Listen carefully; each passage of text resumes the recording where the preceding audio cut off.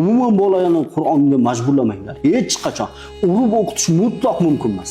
Mutlaqo o'zingiz kitob o'qimaguningizgacha bolangizdan hech qachon kitob o'qishini talab qilmang. Bu noto'g'ri narsa.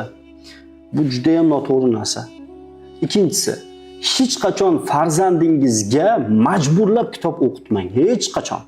Hattoki Qur'on yodlatishda ham Aljon aka ko'p aytadilar-da, umuman bolalarni Qur'onga majburlamanglar. Hech qachon urib o'qitish mutlaq mumkin emas.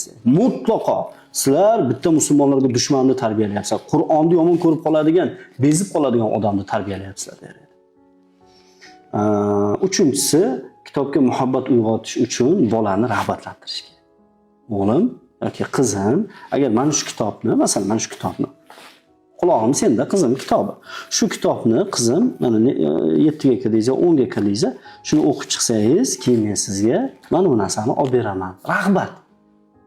Inson o'zi rag'bat va jazoni, ya'ni mukofot va jazoni o'rtasida yashaydi-da doimo.